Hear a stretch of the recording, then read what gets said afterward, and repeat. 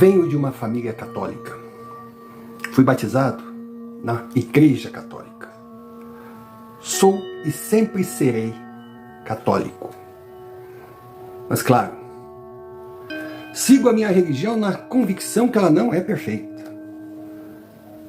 Passei boa parte da minha vida estudando religiões, seitas, doutrinas. Consegui com o tempo entender que nenhuma é perfeita, muito pelo contrário. Mas que cada uma delas tem o seu lado positivo. E quanto mais eu reconheço as falhas históricas, os crimes cometidos pela minha igreja, mais eu tenho certeza que no balanço final ela ainda é algo a ser seguido. Eu sou um católico consciente. Não frequento missas, eventos, no número que gostaria, mas estou sempre presente quando posso.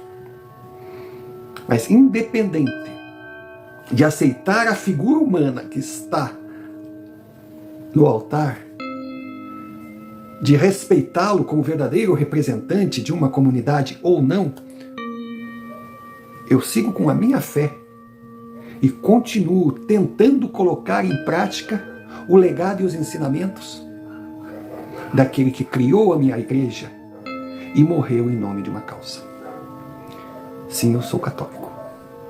Sou católico e aprendi a enxergar o Papa como grande líder da minha religião.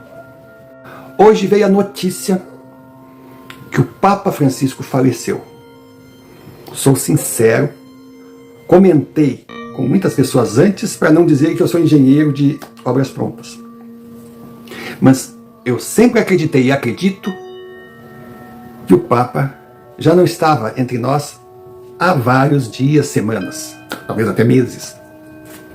Mas guardavam o anúncio da sua partida para a Páscoa, onde os católicos estavam desarmados diante de uma data tão importante. Tudo milimetricamente calculado. Da mesma forma que ele foi colocado ali com uma missão a cumprir e às pressas, creio que não há dúvidas, pois os poderosos que estavam manipulando as cordinhas conseguiram até criar uma aresta na história. A primeira vez que tivemos 2 papas. Ele tinha que ser colocado para cumprir a sua missão. Cumpriu? Bom, aí depende do ponto de vista. Eu acredito que não, porque ele não teve a sensibilidade de controlar a dose aplicada, porque remédio em dose excessiva se torna veneno. Ele acabou queimando a sua imagem diante dos católicos e do mundo, pois escancarou ao mestre que usava o trono da igreja para servir, e com certeza não era Cristo. O Papa Francisco não está mais entre nós. E tudo indica que todos os lados respirem aliviados. Pois ele cometeu o maior erro que pode cometer um líder, e que é um equívoco inerente a quem chega lá, porque é muito difícil a gente conseguir administrar o poder. Ele perdeu o senso de limites. Efeito colateral, tragédia anunciada. Decepcionou aqueles que acreditavam nele e se tornou um problema para os que o colocaram no cargo. O Papa Francisco morreu. Eu estou de luto por perder o líder da minha igreja? Não. Eu estou aliviado com a morte do Papa Francisco? Não. Porque eu não desejaria a ninguém e não comemoraria de forma nenhuma a morte de quem quer que seja. Mas eu estou sim, de alguma forma aliviado de ver o trono do líder da minha igreja vazio, na esperança que agora a escolha siga outros critérios. Não há como negar o grande homem que foi o Papa Francisco. Quantos entre bilhões de seres humanos conseguem ser a maior liderança mundial no universo que resolveu abraçar desde jovem? Ele chegou no topo da pirâmide. Não podemos esquecer também os grandes serviços prestados por ele na época que era um humilde vigário esquecido num bairro da periferia de Buenos Aires. Não. Ele galgou degraus, ele trabalhou e, sem dúvida alguma, deixou sementes do bem plantadas. Porém, ele jamais esqueceu a sua verdadeira vocação ou ideologia. E eu não estou aqui criticando por ele ser de esquerda, como não criticaria se ele fosse de direita, de centro, de alto, de baixo, que seja. Não. Eu estou apenas lastimando que ele tenha usado o cargo máximo da Igreja Católica para fazer marketing de uma ideologia. Tudo nele deixava claro a sua real intenção e o verdadeiro objetivo daqueles que o colocaram ali. A começar pelo nome escolhido, Francisco. Aquele marketing sorrateiro subjetivo de tentar compará-lo a São Francisco de Assis. Tentar colocar que São Francisco foi sim um socialista, um comunista ou outruísta de esquerda, como também foi Cristo. Um desvio, uma inversão de valores assustadora. Por quê?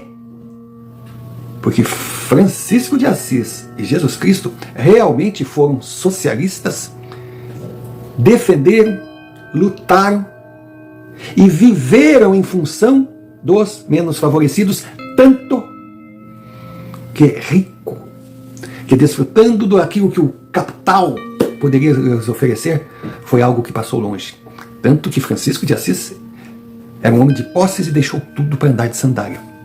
E Jesus Cristo, com o potencial que tinha, e com todas as ofertas recebidas das autoridades da época, se manteve firme e viveu dentro daquela pobreza que ele defendia.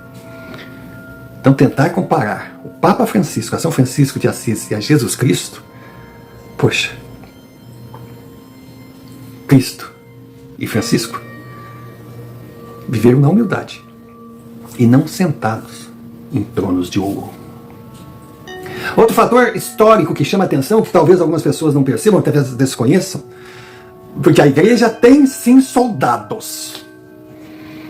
Quando eu falo soldados, não é padre com o crucifixo, sai Satanás, não. São soldados armados.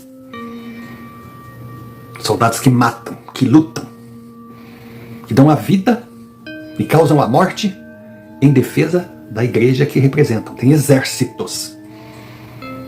E esses soldados são sabidamente franciscanos. Pois é. É por aí, minha gente. O Papa Francisco não está mais entre nós. Condolências aos familiares, condolências a todos aqueles que sentem profundamente a perda de alguém que consideravam como um ente querido. Um respeito à vida do ser humano que foi.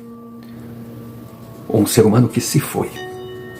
Mas como católico, eu tiro um peso dos ombros e volto a sonhar a ter um líder. Que aqueles que colocaram no trono maior da Igreja Católica um padre do subúrbio de uma capital da América do Sul, terceiro mundo, não sejam os mesmos que irão escolher o novo Papa.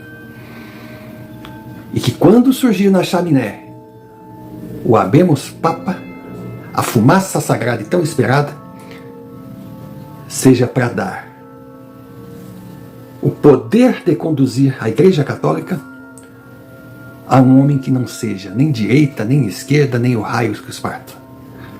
Que seja apenas o Papa, que olhe todos no mundo de forma igual e que sente ali para defender a Igreja, defender realmente aqueles que acreditam e precisam dele.